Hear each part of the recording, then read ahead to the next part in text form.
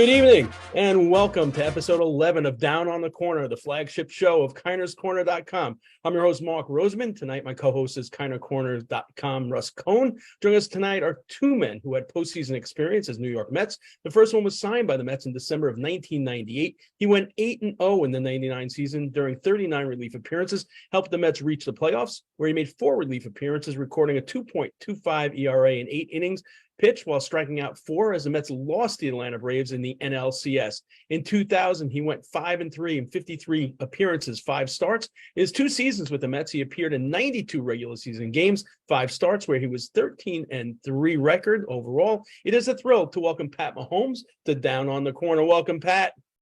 Hey, man, thank y'all for having me once again.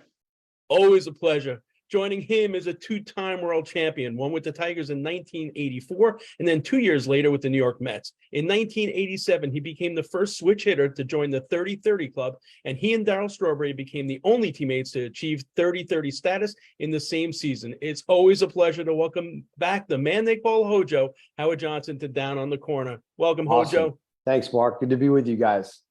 Always great to have you. So just a quick note for those new to our Zoom room show, just a quick reminder. Russ and I is going to ask a few questions at the beginning. We ask that you keep yourself muted. We'll then turn it over to you guys to ask some questions by using the raise hand feature, or you can go old school and just wave your hands. We ask that you keep all your questions respectful. All right.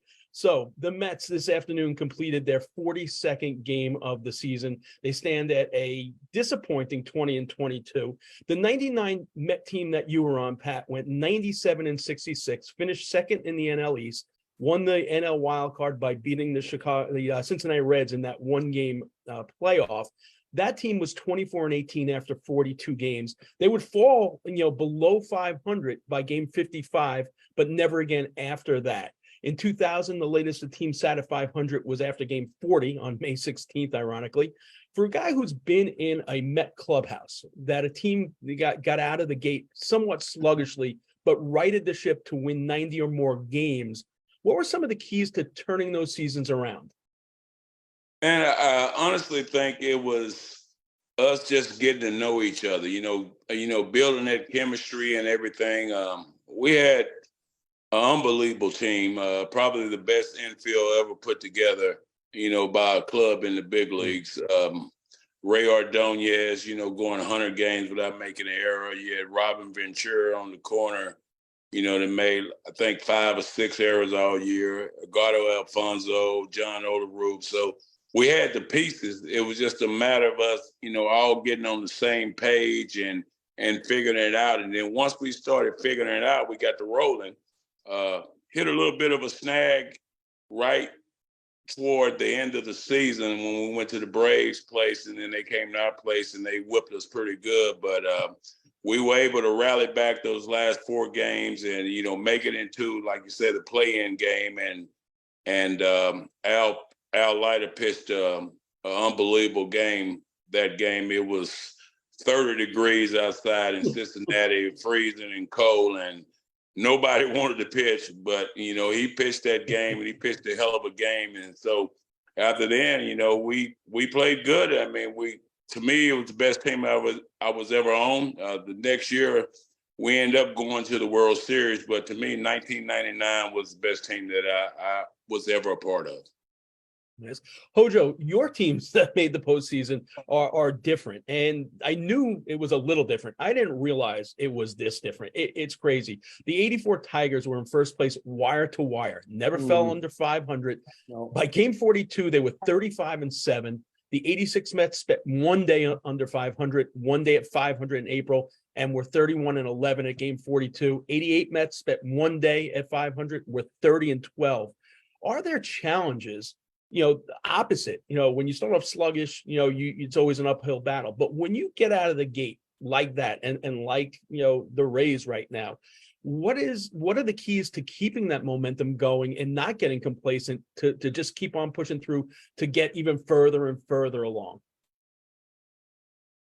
Wow, a lot to unpack with that one. So I would say that, number one is guys have got to realize, and I know that they do, but it's just got to be said, they have to get it going. They have to figure this thing out and start showing some more urgency as far as the different parts of the game. It's easy to have the early half of the season, early part of the season, the record gets masked a little bit because you're not healthy. I mean, and that is a factor. I definitely, that is a big problem. Not having the rotation like fully intact and kind of going along. The offensively, I don't know what we expected this year. I mean, their role players had not had the kind of years that they had last season. So I don't think you're seeing the team click on offense, and those are the guys that are going to have to do it. We can say things about Lindor, Alonso, whoever, but it's got to be Nimmo, it's got to be Marte. The kid Beatty's doing a great job. Guillorme, he's a bench guy, but he's a guy that plays a lot because he fills in, and he can do all these things. And the problem that I see right now is that the things that they were supposed to be really good at are now they're starting to break down a little bit. And that's the part that concerns me. Even though they're not healthy on the mound 100%, defensively, they've got to play lockdown defense. I mean, if you're not going to score a ton of runs, you've got to be able to pitch and play defense. And that is a legit formula to win. And I think that the team just has to embrace that. And offensively, they're going to start kicking it in. Yeah, we hope so. We've been waiting to see it. Pat, believe it or not, today is the 23rd anniversary to the day of your first win as a New York Met. You went 2.5 innings, 2 1/3 innings against the Phillies in a 9-7 Met win. You had already recorded 18 wins, 18 wins as a Twin, 3 with the Red Sox. But our first wins with a different franchise, special. Do you remember that as being like your first Met win? Do you remember that game at all, in fact? I remember it. And the reason why that I do remember it was because the Mets were my favorite team growing up. I'm from Texas, and that's who I rooted for. I rooted for the Mets. I rooted for Hojo. I rooted for Doc Gooden. No, seriously, I rooted for Doc Gooden and Darryl Strawberry. Those are people I wanted to be like. And I always thought I was going to be a position player. And the Mets were the team that showed the most interest, in me in my high school career, when I knew I was going to get drafted. And then all of a sudden the Twins plucked me, 1 pick before the Mets and made me a pitcher. And hell, I didn't know how to pitch. I just knew how to just go back and throw the ball as hard as I can. So when I finally got to the Mets, I went to Japan. I had done some stuff that I shouldn't have done with the Red Sox and said some stuff I shouldn't have said. And I ended up having to go to Japan for 1.5 years and whatever. And I came back and I signed with the Mets because that's where I felt like I should be. And then I went there and I had a hell of a spring training. I didn't give up any runs during the whole spring training. Bobby V had told me before spring training started that, hey, all our pitchers are full. There's no spot for you going out, but, come in and, do what you do. And so I had that spring training, and, he came in at the clubhouse. I started the last game of spring training. They started me, and I pitched 4 perfect innings. And I'm sitting in the clubhouse and I'm like, hell, I got to make this team. I haven't given up a run. They got to take me. And he came in laughing right after I got done. He didn't wait till after the game was over. He came in right after I'd finished, and he was smiling, Bobby V style, and everything. He said, you made the team. He goes, but I ain't got a place for you. So, you're going to have to go to AAA, and I promise you that as soon as anything happens, you'll be the first guy called up. So when I got the call and I went up and I was pitching that Phillies game, I ended up getting the win and everything, and it just felt like home. And so that made me comfortable because I knew that the manager, had ultimate belief in me. And as a ball player, and I'm sure Hojo can attest to it, when you know that guy that you're playing for is behind you, I mean, you just want to go out and do that much more for him. And so once I got there and I got comfortable, and then when I got in the clubhouse and I got to meet the guys and a lot of guys I'd played against and you know, and been through the battles with and everything. And we were all, you know, getting on the same page. It just felt like it was going to be something special. And like I said, it ended up a little short, but I mean, it was a great, hell of a year. I mean, you've had teams where when the game's over, you got 24 different cows picking the guys up and taking them to wherever they're going. And this was a deal where we were always out together. We were always, you know, doing stuff together. And that makes a difference, man. I mean, if you don't believe it, that makes a difference. Russ, you had a question? Yeah. For Hojo? Yeah. Yes, so, sir. Howard, you played 273 games at short in your career. Now, we all remembered you played short for the Mets, but you played more than I remembered at short. And I'm kind of wondering, being a third baseman by trade, which did you like more? I mean, shortstop's certainly more challenging, right? It was, but actually I'm more of a shortstop that was playing third. That's kind of the way. Okay. Because when I was in high school and minor league baseball, I played shortstop but I played primarily third base. And so going back to shortstop was kind of like just a comfort zone in a way. And it was a break from third because playing third base completely different. You know, you're playing close and you're just expecting the ball to be on you in a heartbeat. Yeah, and reflex. so you can't really play free and easy. It's more just you're just playing just like hockey goalie. You're just grinding away every pitch. And that's the mindset that you have. But when you're at shortstop, you're kind of in charge of a little bit more of what's happening on the infield. You can see the signs from the catcher. You're communicating with the second baseman. You're doing all these things. And so you feel like you're really involved. And then going back to what Pat was talking about, when he got the win, in where, Philadelphia? Yeah. So, well, as soon as as a new player on a team, as soon as you contribute in some way it's a big way. Once you contribute to a team winning, they will invite you in. And that's how it works. So when these young guys come up, we talk about Beatty, we talk about all these different players. When they come up, when they contribute to a team winning, that is when things are really going to change in that locker room for him. And then the team itself will actually change because everybody will start to exhale and you realize what a good team you have. Because these are your part-time players. And now they're going to be, they can contribute to a win. And that's what we're looking for. The players just want guys that can help. That's it. It's so interesting when you book guests and you try to find similarities. For me, it's amazing. Hojo, you and Pat both have something in common aside from being Mets who played in postseason. Both of your sons were drafted in Major League Baseball. Hojo, your son Glenn was a 36th round pick of the Mets out of high school in 2007. Yep. And Pat's son Patrick obviously was a 37th round pick by the Tigers. So Hojo, what do you remember about that day? And then fast forward to when you got the chance to actually be a teammate of his with the Rockland Boulders. Well, I'll never forget because we were playing in Detroit and Omar Minaya came down and said, "Hey, we just drafted your son." And I'm like, really? I was, So he drafted him and I was kind of caught me off guard. And I told him I appreciated that, and he says, "Well, we don't know. We don't really know if we want to sign him or make sure he gets to college and plays." And I said, "Okay." So it ended up being a situation where the best thing for him was to go to college. There really wasn't going to benefit him to get into pro ball right away. But the expectations were low at that point. So he had an opportunity to better himself in college. And that's kind of where that's where he ended up doing.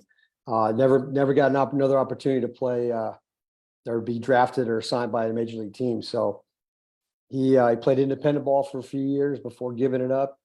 And right before the end of that, he was playing with Rockland Boulders. And I got a call. Hey, this is about 2 months into this, about a month into the season. They were like, "Hey, would you be interested in coming to play a few games with us, like during the All-Star break time, right around there, you play with your son, you guys be on the field at the same time?" And I'm like, my heart said, absolutely. Mm-hmm. But as soon as I started thinking about it, I was like, what did I just say? What did I just do? Right. And it took me forever to get anywhere. My knees were already shot, and physically I just couldn't do it. But I gave it my best effort. I was taking some BP and stuff, and it was just worth it to be on the same field. He was hitting second, I was hitting third, so I got to watch him hit. And then, as you know, if he came off and I was going up, we could talk a little bit. So, by far one of the highlights of my life. Nice. Patrick, what about you? What was it like when Patrick was drafted in baseball by the Tigers? Well, it was kind of crazy, you know, because, you know, my story's a little wild because my son, he didn't really get to play quarterback to his junior year in high school. And actually, I was coaching Great him. story. Yeah. I was coaching him, and his best friend was the other quarterback. So they kind of split quarters, you know, and everything. And his best friend was my best pitcher on my baseball team. Patrick pitched the game to get to the championship. His best friend pitched the championship game all the time. And we had a hell of a team. They actually went to state, you know, 2 or 3 years in a row. And then he took off in football, and we knew he was going to be drafted. And me and his mom was sitting there on the couch on draft day, and the first round had just ended, and then the second round had started, the sandwich picks. And he got a call, and he answered the phone. Me and his mom sitting right there, and it was the Arizona Diamondbacks. Say, hey, we got the next pick. You know, we got $1.6 million. Will they get it done? Well, in my mind, I'm still thinking he's going to play baseball because he's done this all his life. It's what he's had the most success in. And he said, no, sir, that won't get it done. Thank you. And I appreciate y'all for considering me. And he left the house and got in his truck and started driving to Lubbock. And so me and his mom was sitting there looking at each other. And I'm like, what the hell just happened? And I called him on the cell phone. I'm like, hey, I said, are you sure? And he's like, yeah, Dad, I want to try this football thing out. I said, okay. I said, well, turn around and come on back to the house, and I'll take you to college, you know, whatever. And so I'm driving him there, and I'm looking at him in disgust the whole way I'm driving the 6 hours. I'm like, what the hell are you doing? You're not gonna make $1.6 million. That's a lot of money to turn down. You know, whatever. Yeah. And so he kind of threw that in my face when he signed his little $500 million contract.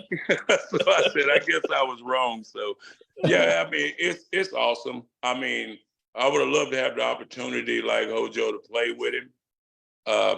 That was one of the things I hope that I would have been able to do. But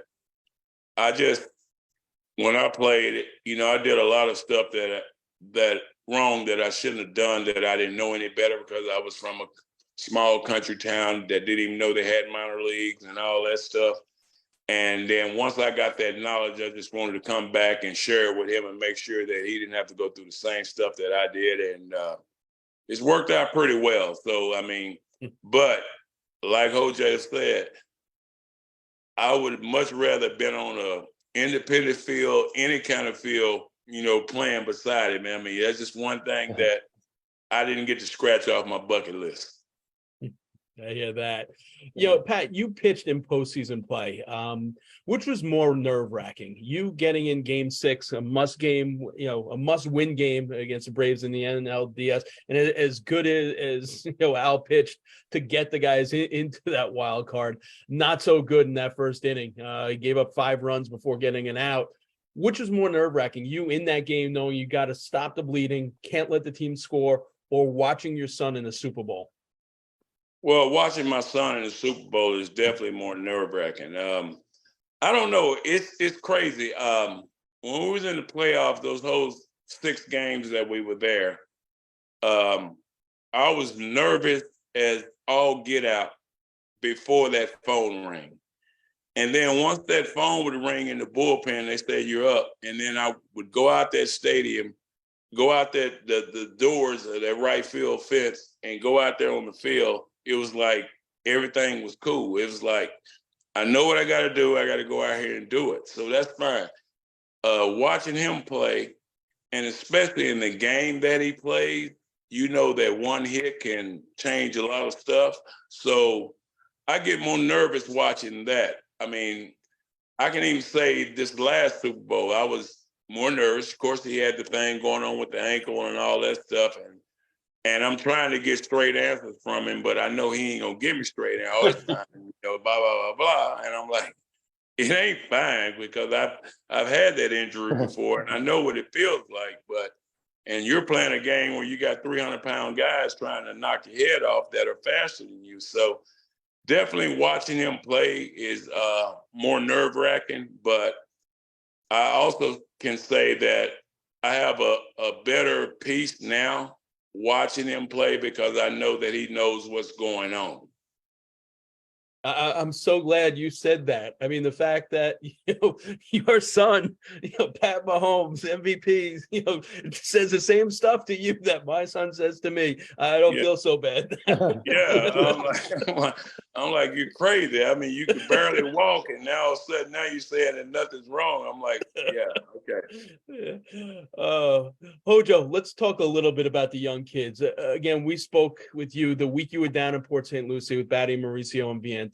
Batty's here, started off super hot. It's cooled down a little bit, but doesn't look out of place by any means. Alvarez was brought up quicker than we thought due to injury, but really has made a nice transition. In fact, the knock against him was his defense. So far, defensively, he's been pretty good and seems to be very comfortable. You take a look at these other parts of the Mets that aren't clicking right now, and then you look at what's going on down in AAA, how hot Vientos and Mauricio are.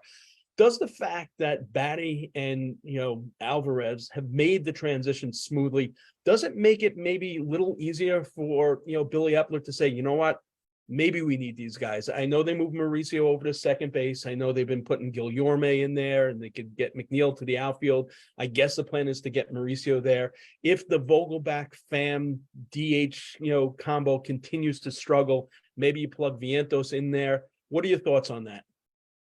You could do that. You could certainly go down there and pick any of those two guys, those three guys, and put them in, plug them in.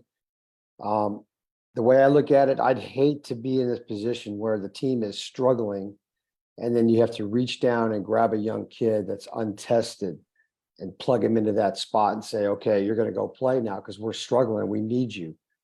It's much better. It's much better to be part of a group that's already established and you can kind of find your footing, so to speak, out of the spotlight. If you can do that in New York, I don't know if you can do that, but you know what I'm talking about. You're not, it's not like the spotlight's not on you every time. I think if you could do that, that's preferable. That's more desirable, I would think, if I was Billy Epler. But, Buck is extremely loyal and he's loyal to his guys, and I don't blame him. I would be loyal also. I mean, you have to find other ways to motivate these guys. Hopefully you would kind of hope by now they'd be motivated, self-motivating, but there's Buck is a smart guy and he's been around a long time and he's very knowledgeable. He understands players, he understands teams, understands the camaraderie, the concept of everything. And that's gonna play well as a struggle. Okay. Now it's just getting the other guys to pick up the slack so that you can bring up a Mauricio, you could bring up the Santos, you could bring up all these guys, right? Vientos, you could bring up these guys and give them an opportunity. But to reach down there and say, okay, kid, we need you to save us, or that's how it's going to be perceived, certainly, then I would not want to do it like that.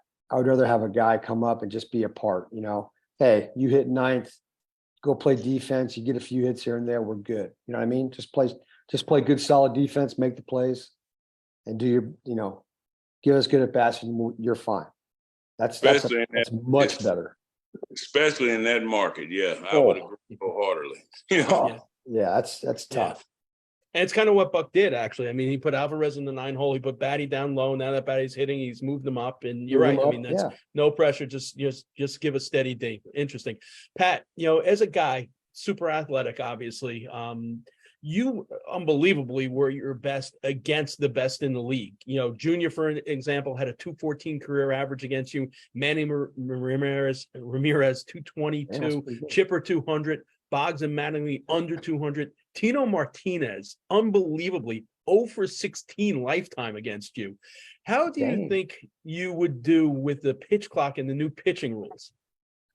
Well, I mean, the pitching rules wouldn't be no problem, but when you talk about, guys like that, I mean, Hojo will tell you, as a competitor, you want to be at your best against the best. Absolutely. And that just raises the bar, when you see those guys come up.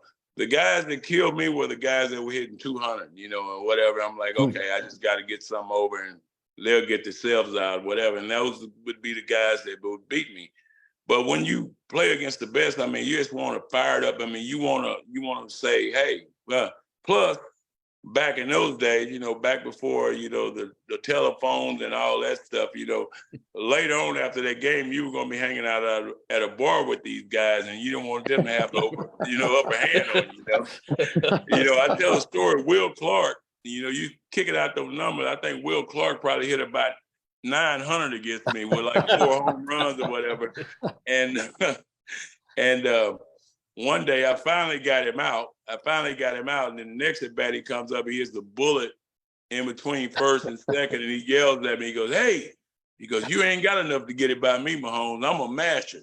And I remember I was at I guess what we'll call him a gentleman club that night, and he sent me a cigar over with a sifter of brandy, and he said, "Hey, I just want to let you know, no hard feelings. I just get fired up." I'm like, dude, I love it. I mean, I want to compete at the highest, and that's what it's all about. Yeah, it's the game, but you want to compete, and to compete against the best, and try to get the best of them is just something that I always wanted to be in the middle of that. So, it's great, man.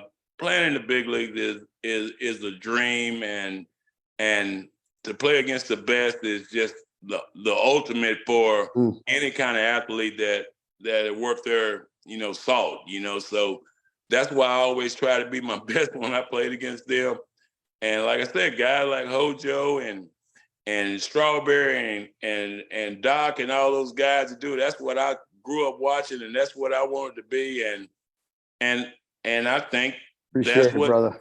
That's what works with Patrick. I mean, he grew up in that clubhouse and that infrastructure, and seeing, guys hit 4 or 5 home runs in a series, and then the next day they're down on the tee getting their tee work in and working and working. And he's like, "Well, dude, you just hit, 3 home runs, the last 2 games. Why are you working so hard?" Hey, I want to be better. I want to get better every day.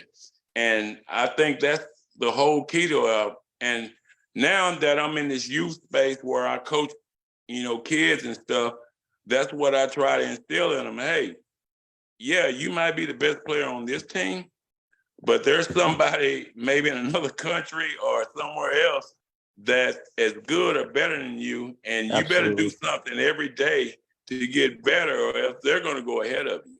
And that's the whole thing about this whole thing. I mean, you can sugarcoat it however you want it, but if you're not working every day to get better, then you're falling behind. Exactly. Love it. That's let me say one thing about that. I just want to add on to that. A lot of times with these younger players, a little success can hurt them because all of a sudden you feel like, well, I got the job done. I was able to do it. And there's a saying in the locker room, anybody can do it once. Yep. So they're going to make you do it again and again and again. It's not, that's the major league game. It's not, hey, can you get up there and get a base hit? It's, can you get another one off this guy when it really matters? And what Pat was just talking about is 100% true, man. It's guys trying to get better every day and sharpening their craft and perfecting it, so that's a professional. That's what a professional does. Yeah, without a doubt. And I'm so glad you said that, Pat, because I coach a U14 and U16 team, and my favorite saying to them is, hard work. Was the saying is hard work eats talent when talent doesn't work hard, and that's it. That's I got another one for you. Hard work just gets you even. Yep. Right. Yep. You're exactly right, and that's what you try to tell them. Hey, dude, you gotta get better every day. I mean, every day matters. I mean, if you want to be one of those guys, if you want to be one of those guys, if you just want to be, you know, an average player, you know, whatever. I mean, you see in basketball, you know, just like, you know, Philadelphia with James Harden and all those guys, you know, yeah, you can be great one day, but when it matters, I mean, what are you going to do to make sure that you're ready to go? And that's what it's all about. It's about competing. Absolutely. It's about playing a game that we love to play, a game that, yeah, you would play for free, but you want to be good at it. And only way you're going to get good at it is if you work on it. Absolutely. All right. I know Hojo's time's a little limited. So Russ, I think you have one or two more questions, and we're going to turn it over quickly to the Zoom room because Hojo's got another engagement as well. So go ahead. Couple of quick ones from Pat, although I'm glad that the Mets did have a pitcher that got Chipper Jones out. It's good to hear. Pat, in 2000, you pitched 54 regular season, but 57 games altogether with the postseason. And what I wonder is, how do you stay at your best each and every time they call you? Because you never know when you're going to go. And I always think that's a really hard job when you all of a sudden just get that call and you got to be up and ready and go no matter what it is in the game. Well, the good Lord blessed me with an arm that it hardly ever got tired. You know what I mean? I was able to pitch multiple innings, multiple days in a row. And honestly, the thing that really kept me going with the Mets, and I know it's not a popular answer, and I know a lot of people probably don't like him. I always loved him, was Bobby Valentine, because it was the first time in my life, you know, I was the number one prospect in baseball, all that, made the big league when I was 20 years old. Had always had success, you know, minor league player of the year, you know, all that. But I had never had a manager that really, really trusted him and let me do what I do. And Bobby would pitch me in the second inning. He would pitch me in the eighth inning. You know, he would pitch me in the ninth inning. I think most Met fans did like Bobby. I think every once in a while he would rub them the wrong way, but I think in the long run they liked him. Yeah, but he had that belief in me. So every time that I went out on that field, not so much for myself, I did not want to let that guy down. I did not want to make him look bad. So that's why when I went out there, I was like, I don't care how tired I am or whatever. I mean, game 6, Al getting out in the first inning with no outs and nothing.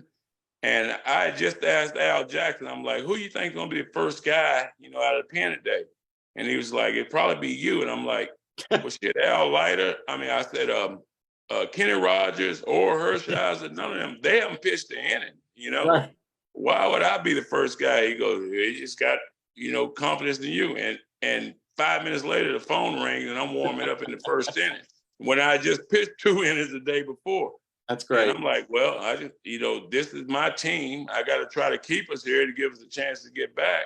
And I was fortunate enough to do it. But that belief he had in me made me a better pitcher, you know, made me a better pitcher. So, I mean, honestly, if I could put an answer on it, I would say his belief in me made me a better me, if that makes sense. Yeah, it does. Definitely.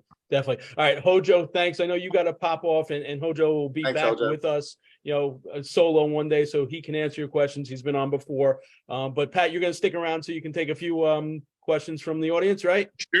Sure. All right, guys, Hojo, have a good time. Pat, good to see you, buddy. Good to see you too, brother. I'll see you soon. All right, Hojo, guys. thanks. I'll speak to you soon, Thanks, man. Mark. Thanks again. You got it. Howard Johnson, guest on Down on Hey, the Stevie. Corner. All right.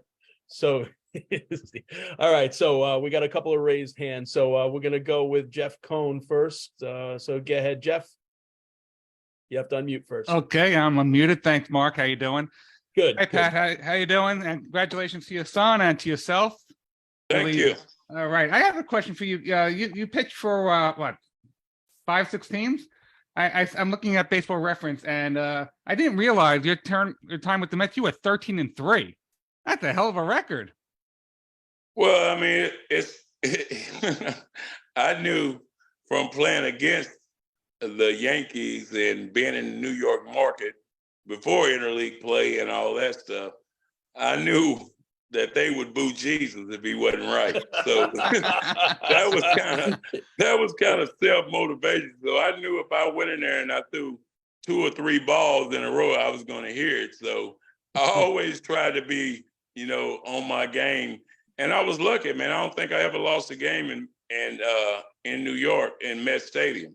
So it was a factor of, I knew that I had to be on top of my game, and I knew if I wasn't going to be on top of my game, that after the game, I was going to have 45, 50 microphones in my face asking me, why I wasn't on top of my game. So I knew they were no nonsense, and they didn't want to hear excuses. So I just tried to make sure I brought it every time that I got out there with them. Well, we appreciate you coming to the Mets and being so good. Thank you very much, Pat. Thank you for Absolutely. having me there. Yes, sir. He was 8-0 that first year. I remember that well. And also, just a pleasure to be around too. I remember, and I sent you that picture, Pat, of you signing an autograph for my son when he was like 7, 8 years old. Now he works for the Mets. So it's so interesting the way things just turn. And also, it can't be taken for granted what you said, that, Patrick seeing the Mets work hard, kind of set that foundation. And maybe that's why so many Met fans have gravitated towards the Kansas City Chiefs as well. Stevie, you got your hand up, so you go next. Go ahead. Hi, Pat. How are you? Nice to meet you. Fine. How you doing? Good. So I remember that 99 season really well. I remember because, back then was dial up and I was always going crazy at stats. And I'm like, how is this guy doing? And I'm taking, 20 minutes to get on there and see. And I'm like, wow, so that was really awesome. And I'm disappointed, of course, and I think we all are, that your tenure with the Mets was so short. But can you talk about sort of what it's like? I know there are a few of them around Major League Baseball where the kid follows the parent in terms of being a professional athlete. What's that like for you as a parent? And did you see it from a young age, or was it sort of like, okay, we're going to try him out at football, and all of a sudden, oh my God, this is a revelation? Well, honestly, I started taking Patrick to the baseball field in 1999, my first year with the Mets. And I remember going to the clubhouse guy, Charlie, and I was like, hey, I need to make a uniform for my son.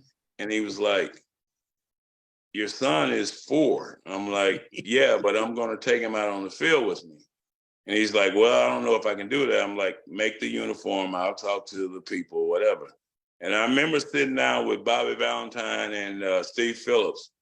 And they were like, well, we can't have him out there. He might get hurt, whatever. I'm like, just trust me. Just let him go out there with me. He'll be fine. I said, if he gets hit, he won't do it again. I promise you, so I will have somebody around and whatever. And then about 4 months into the season, he started catching balls off the big leaguers' bats in BP. And I remember looking around and talking to Johnny Franco. And I told him, I said, he's going to be a big league player. I said, this kid ain't scared of nothing. He's going to be a big league player. He studies everything, everything. So I kind of knew at an early age that he was going to be a professional athlete. I would have bet everything and I had in my pocket that it was going to be baseball. I'm actually the guy that tried to get him to quit football his junior year and told him he's wasting his time. So if that means anything, I don't know, but I'm just glad that he's getting to, fulfill his dream, and he's having a lot of success doing it right now. So I don't know if you know this, but Hojo's story is similar in where he played football and baseball in high school, and that his high school coach wrote in his yearbook when he chose baseball over football, you're going to regret your choice. Yeah. So Oh yeah, I mean, I actually told him, I was like, "What are we doing here? I mean, we wasting our time, you know." And we have fun, you know. We do a lot of golfing and stuff together now. We hang out a lot, and he always brings that up. He's like, "Yeah, you were right, huh?" And I'm like, "No, I wasn't right, but Any yeah." chance he goes the Dion Bow route and does two Well, sports? I don't think Kansas City is going to let him do that right now. But, Yeah. he does have a little stake in the Royals, so if he plays a few more, if he can get on a hot streak and win 4 or 5 more Super Bowls, maybe he might try to finish it up or something like that. Yeah, Awesome. but Pat, I also want to take a little break because you're kind of selling yourself a little short. People, they know you as a baseball player, but people don't know, that you were an outstanding. You were a quarterback in high school. You also were a star basketball player in high school. I mean, you were a 3-sport star. I mean, an absolute star, right? I mean, don't sell yourself too short. Well, I actually signed to go to college to play basketball at Arkansas. I was Yep. runner-up for Mr. Basketball in the state of Texas. I was an all-state quarterback, but unlike Patrick, I didn't like to get hit, so I knew that wasn't going to be a career for me. But yeah, I mean, he learned a lot from me. But if I put it in perspective and all that, he probably is a little bit of better athlete than I was. I mean, I was a better basketball player. Football, he's better. Baseball, we were pretty even. So I would give him the nod just because, like I said, he got to grow up in that clubhouse and he got to see it firsthand and see the work ethic and how people were made to be a pro, and he got to see how it was to be a professional. And I didn't get to see that, because I'm from a small town. It's me and Miranda Lambert, so that's about it here. So I had to learn mine on the fly where he had already knew a lot of when he got to that age. I hear Miranda Lambert's a pretty good point guard as well. Well, I used to babysit her. Did you really? That I Oh, didn't yeah. know. Wow. Wow. He does good things with dog charities too. Yeah, she does. That's true. All right, Frida, you can go ahead, Frida. You're up. Hey, Pat, how you doing? Good to see you again. Good to see you. Quick question for you. Japan, did Bobby V get you to go over there? Eric Hillman, like what was the connection to make you go over there? Well, it's funny. I had got traded to Boston on the trade deadline the year before, and finished the year with them there. And Kevin Kennedy, who was the manager at the time, sent me to Puerto Rico to learn how to close because he's going to make me the closer the next year. And he ended up getting fired in the off season, and Jimmy Williams came in, and Jimmy Williams made me. I had a hell of a spring training. Jimmy Williams made me the long man opening day, and I pitched in a few games. I think I got a win opening day out of the pen, and then I think the next closest game I pitched in, it was like 8-1. So I finally went in there, and by June, and I told him, I said, "Hey, I'm not doing this anymore. Everybody's swinging crazy every time I come in. I'm not Bill. I'm an old school player. I'm gonna start hitting people. I'm gonna start doing different stuff. They taking these kind of hacks off of me." And so they end up designating me for assignment. I went to Pawtucket because I had a major league contract, and if I didn't go, then I was going to lose my money. So I went to Pawtucket, and I was down there about a month. I think I saved like 15 games, didn't give up a run. And Ken Maka called me in the office. He was the manager at Pawtucket at that time, and told me that some people in Japan were interested in me coming over there. And I told him I didn't want to go to Japan. I'm 26 years old. I'm a major league pitcher, and they came watch me pitch a game. I pitched really, really well, and next thing you know, I was on a plane to Japan. So that's how that panned out. And then once I finished that, I came back and signed with the Mets. Sal, your hand up. Go ahead, unmute. Yeah, Helen stole a little of my thunder there. I wanted to ask you about Japan, the culture shock, and then, well, the way you just explained how you just kind of wound up there like that. How did that go for you? What did you feel? Well, I actually love Japan. I mean, I had a great time there. Baseball is rampant. It's wild over there, man. I mean, it's 35, 40,000 people at every stadium with the bands in the outfield, and they love their baseball over there. I also was the tallest person in Japan, so everybody thought I was Michael Jordan because I had a bald head at the time. But I had a great time there, man. We ended up winning the Japan World Series in 1998. I played with Sasaki, who was the closer for the Mariners, and he had the most incredible season I'd ever seen in my life. I think he gave 1 run the whole year. It saved like 45 games. So I had a great time over there, and hell, Patrick even got to experience that. He went over there with me and stayed with me for a while. So I had a great time there. Thanks, Pat. Beautiful. Pat, I got another question for you. And I don't remember this, but it says in Baseball Reference in 2005, you signed with the Mets, but then you went in a conditional deal with the Dodgers. Like, what was the deal? Do you remember why that happened? I was crazy. I signed back with the Mets, and I was in spring training. And for like the first 2.5, 3 weeks, I didn't pitch a game. I went to every game, all the road games, every day. I didn't pitch a game. I was like backup. Yeah. And so I went in and asked him, I'm like, what's going on? Whatever. Hey, we know what you can do. You're going to be on the team. We just try to see some of these younger kids and see what they could do.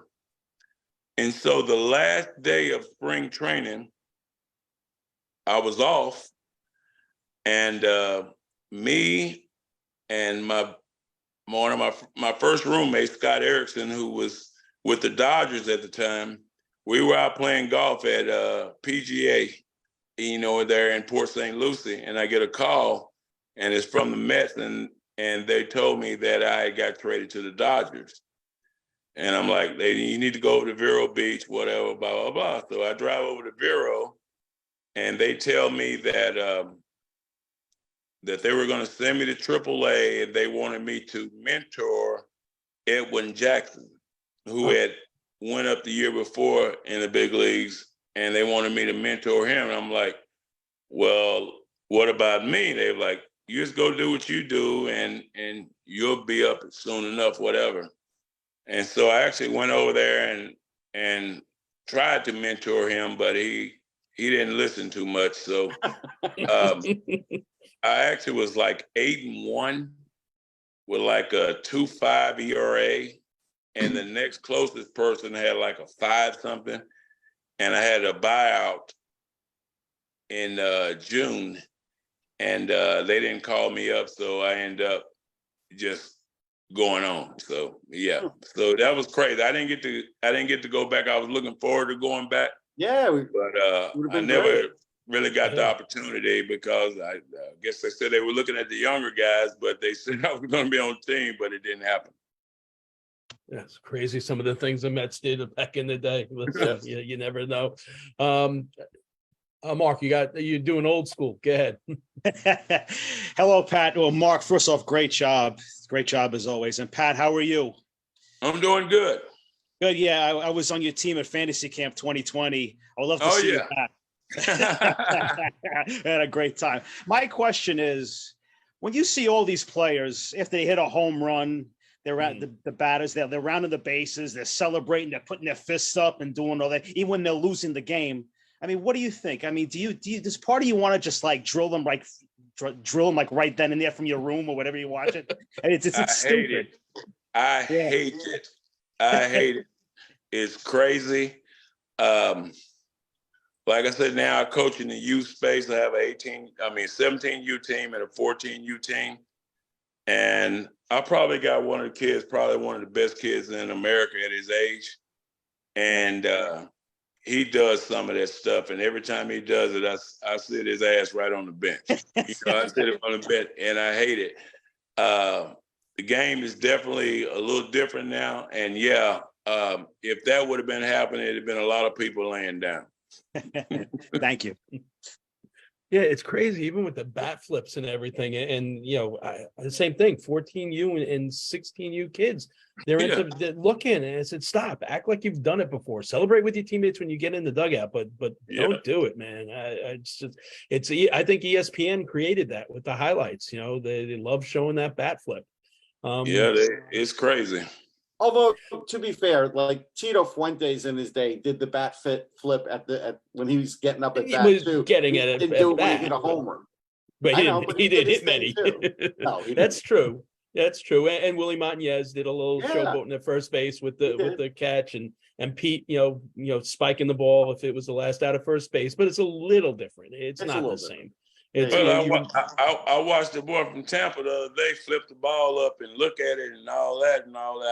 I mean, it's a different game, but it's okay. I mean, if they like it, I love it. But I mean, I'm just saying it's just something that wouldn't have went on. I would remember when I was playing with the Mets, me, Turk, and Dennis Cook would be up on the perch out there. Of course, y'all know about it in right field where the bullpen set. Yeah. And Piazza or Ventura or somebody would get hit, in the first few innings. And it was as simple as this. Dennis Cook would look over to me and he'd go, because most time I went in first, he'd go, hey, you going to handle that or you going to need me to handle it? And I'm like, I got it taken care of soon as I get in there, baby. unbelievable. All right. Anyone else has some questions for Pat? All right, Sal, go ahead. Yeah, Pat, you played for the Ducks in 06. Yes. You came home, but not with the team you wanted to. How was that? Because I've been to Ducks games. It's a real fun thing, the minor leagues. Well, it was independent, and the manager, Collins.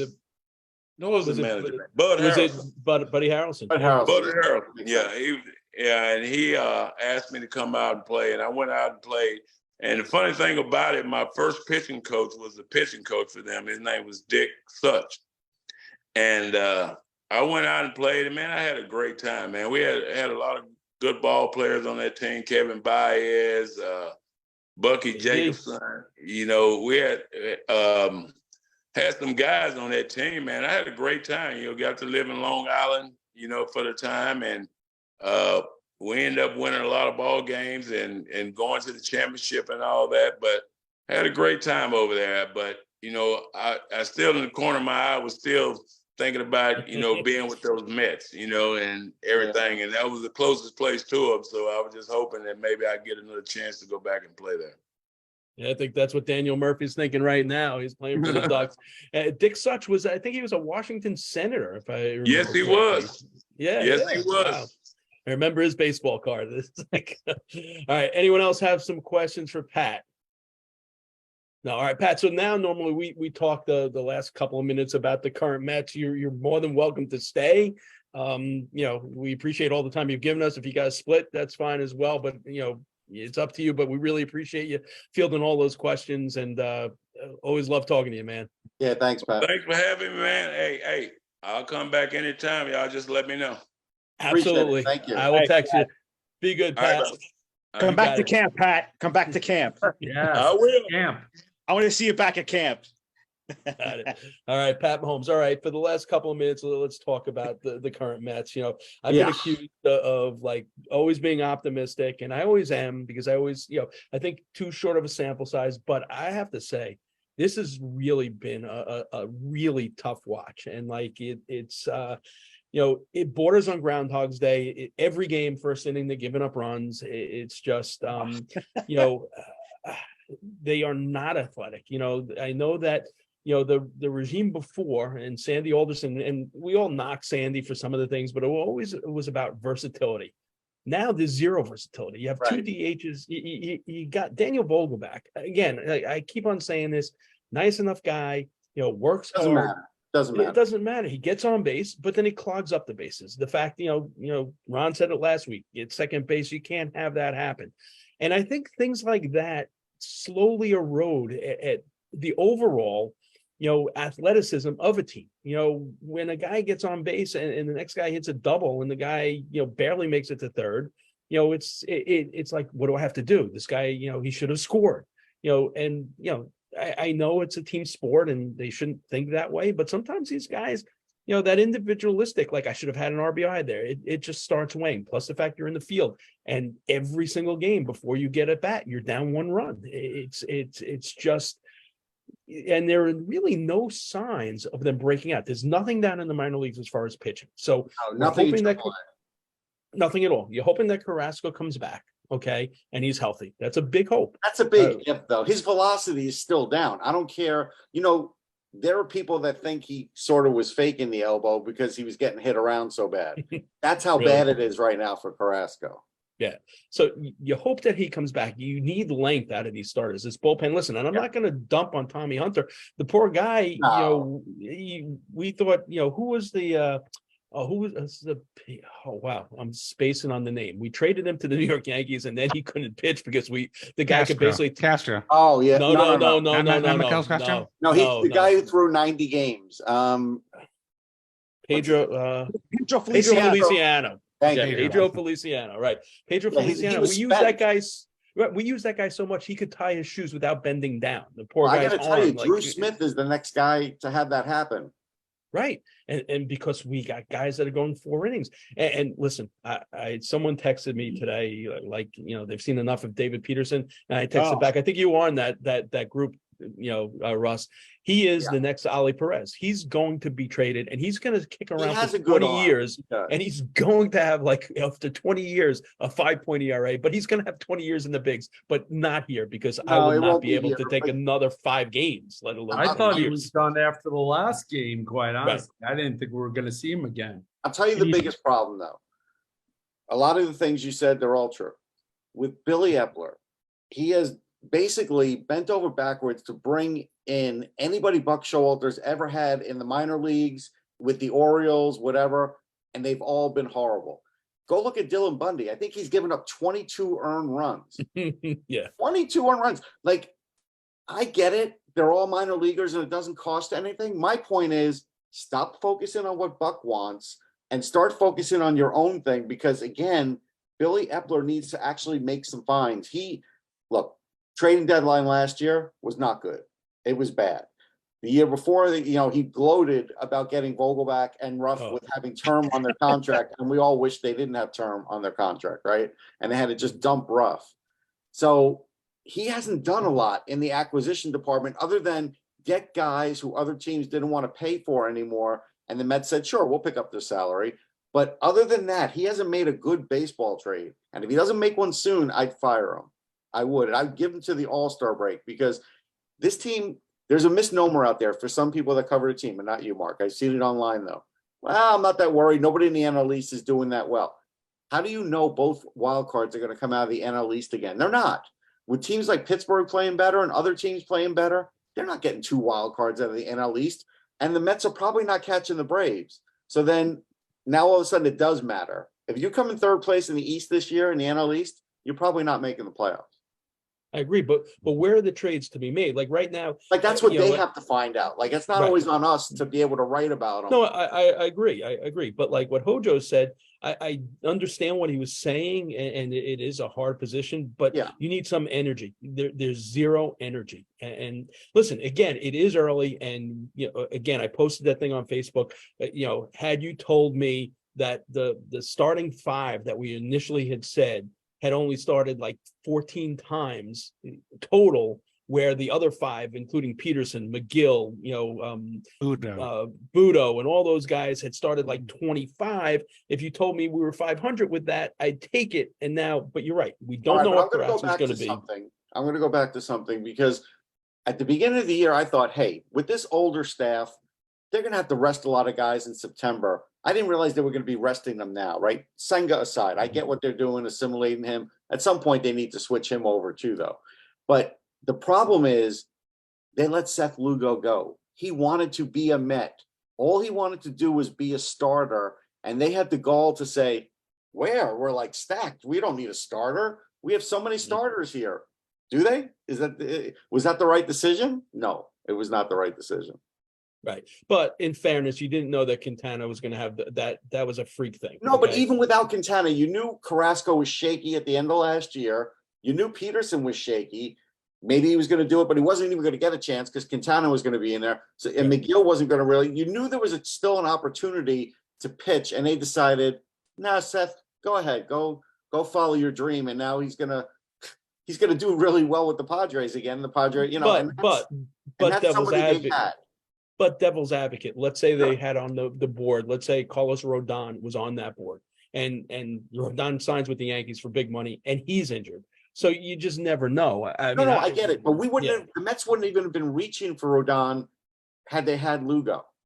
Matter of fact, if they had That's Lugo, true. they probably, Well, you know, listen, it's like, they probably could have signed. Listen, I wanted Walker as a return because I think Walker yeah, was I a wouldn't have been really good upset with fit that here. either. He was really think good with the team. He was a good fit here. I wasn't upset with Bassett going. Listen, No, DeGrom. Bassett, I wasn't. I said DeGrom. I didn't think I could deal with another year of that, and thank God we didn't have to because we'd be going nuts now again. Right. But I But thought it's a Ty was definitely. misallocation of funds, right? They were like, all right, we don't want to give DeGrom the money, but we're going to give a 38-year-old and a 40-year-old all this money. I think JV is going to be worth it, though. I really do. I think JV is going to be fine, and I think Max. Listen, okay. To be fair, you saw him in the World Series last year. He had no velocity at the end of the year. Like, it's going to be a little bit of a battle if he has to pitch close to a full season and then expected to lead the team in the playoffs. Like, to me, that's going to be a battle. Yeah, but he's such a competitor. Listen, go ahead, Jeff. Oh, sorry. Yeah, no, JV's like the only starter that's gone more than like 5 innings. I know. And Joey Lucchese. And Joey Lucchese. How low's the bar now? Like, what are we talking about? Sure. Right. Sure. It's crazy. The It bar is is crazy. ridiculous. And AJ isn't here to gloat about it because he called it before. It's still early. Again, it is still early. It really is. It is early, but the problem is that Buck is too loyal to some of his guys. There's no question. And he doesn't know how to light a fire under their ass. He doesn't. He basically wants to keep everything professional, even keel. I respect you guys. I'm not going to rip you in the press, but you know what? This is New York. And sometimes you have to do that. I worried when Buck was in Baltimore, and I worried when they hired the Mets because he got used to too much losing there. Not saying he wanted to, but he still was there through a lot of losing. And now that he is going through this losing, I worry that he can't get him out of it. That's a legit worry for me. Yeah, and listen, Pete has not been Pete. No. Granted, he's leading but his average is down. Lindor's driving in runs, but his average is down. But the thing is, should the team be so dependent on those two guys? Like last year, they were completely dependent on those two guys. So they went out and got Marte, who's not been great either this year. And the Mets are still dependent on those two guys. They still don't have anybody to hit behind Alonso. This isn't a one-year thing. This has been going on for a couple of years now. And again, you have to look at the GM for that and saying, what are you doing? You got an owner who wants to spend money. If nothing else, it should have been a better roster construction here. I agree. And the other thing is, it's difficult to knock Buck. That was tough to say that. That was? Yeah, it really was. It's difficult to knock Buck, but the one thing I will say is, granted, they had Batty down in the minors lighting it up, but they were so quick to pull the plug on Escobar, yet they just continue to give Tommy Pham rope. Tommy Pham's had 2 good games. Yeah, I don't know what his connection is with somebody there that he's getting all this time. I know. And I think back cleanup too. Yeah, he batted cleanup today. Yeah, because he had good numbers, supposedly. That was the reason tonight. But that was him batting cleanup. Reminded me of the days when Mayberry and who was the third baseman that day? Campbell. Eric Campbell. 3 and 4. Campbell and Mayberry. Yeah. The day Kershaw, I think, faced the Mets in July 20-something of 2015. It was right before where they got Kershaw. It was him 4, and then it was Campbell 5 against Kershaw, and then Kershaw almost pitched a perfect game. Yes, I got to tell you, when I saw the lineup today, I thought this was Billy Martin reincarnated, picking the lineup out of a hat. That's what it really looked like.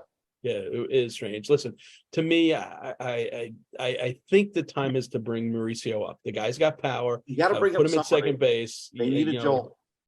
I don't know what you did. Like, Canna's starting to hit, but I'm not a huge Canna fan. And he's also not an everyday guy.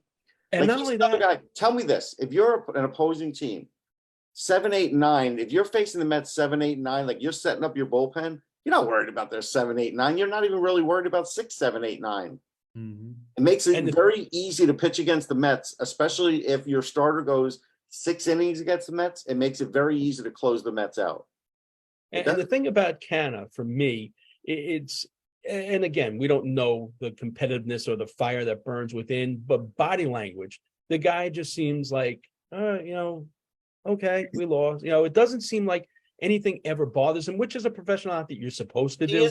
You're right about that. He is professional. I'm not going to go there because remember, people used to get on Franco because he had that smirk. It was like a nervous smirk. It wasn't because he was arrogant. He just, when things were failing, he had that smirk. It would happen. Yeah, Jason Bay was Olenrud. Olenrud was that way, but Olenrud produced. So I guess you just overlook it. So Olenrud never really. That's the only difference too. I didn't want to say it with Pat here. The 99 team compared to this team, not even close.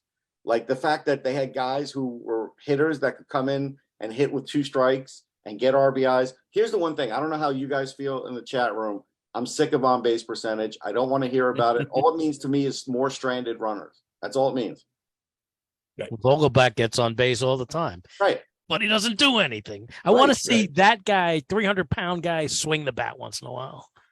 What drove me nuts a couple of days, was it yesterday when he hits a ground ball, the guy boots bobbled 3 times. I'm like, would you please come on? Would you run? Would you lose some friggin' weight? Or I'm like screaming at the TV. I know, we were all mad at that. And of course that could have been a really good inning, like the way that inning worked out. Right. Yeah, it's amazing. I saw Vogelback. I remember I picked him up in fantasy like 3-4 years ago. And I went out and I was covering the NHL draft. I had an extra day. So we went to Seattle. And I watched him, and that was when he actually had a power stroke. Like that was when he was hitting home runs, but everybody figured out how to pitch him. And I guess they figured out, hey, he's not going to swing in anything bad. So it's like, all right, so we're never going to give up home runs to this guy ever again. We'd rather walk him, and because he's not going to hurt us on the base path. And that's what's really happened to him. He has no power anymore. Right. And every single time he strikes out looking with the third strike, that walk back to the dugout where he looks like, what's the guy from the real McCoys? The guy that would limp, what was the call? He's got that limp going back, like enough already. And the thing he did with the hair the other day, like, hit 500 home runs, whatever. And then you can do that with your hair. You stink. Don't do that. There's so many things, but you're right. I mean, when the pitching and hitting fail at the same time, it's ugly. I get it.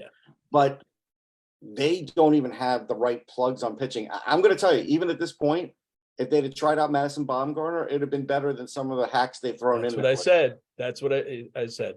You got to throw as much against the wall. You got to look at guys in the Atlantic League. I was just scouring the Atlantic League to see who's got the most strikeouts in innings pitched and whatever. You got to get something. When they had the Camden River Sharks out here, there were a couple guys that made it to the majors.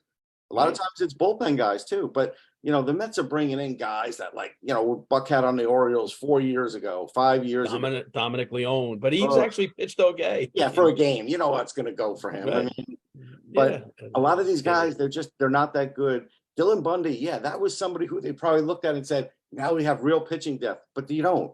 And who knows who they passed on to sign him instead? Even Zach Britton. Why is Zach Britton still out there? That's a good question. Unless he showed it. Listen, I can't imagine that Zach Britton showed less than Dylan Bundy. I just can't. I have to agree with that.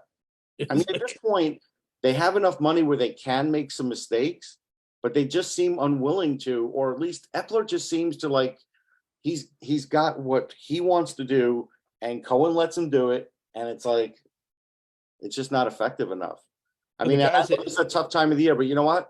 I looked at what Dombrowski did. The Phillies were in a tough spot last year, and he did make a couple of moves. He did way before the deadline, and they got to do something. Epler being able to do that. Yeah, but the thing is, he doesn't have assets. I mean, are you going to listen? I like Escobar, great clubhouse guy. I think he, change of scenery might do him well if he goes back to the American League, maybe. But what are you going to get for Escobar? Even if you get mid-range pitching, and then you not even free up a roster spot.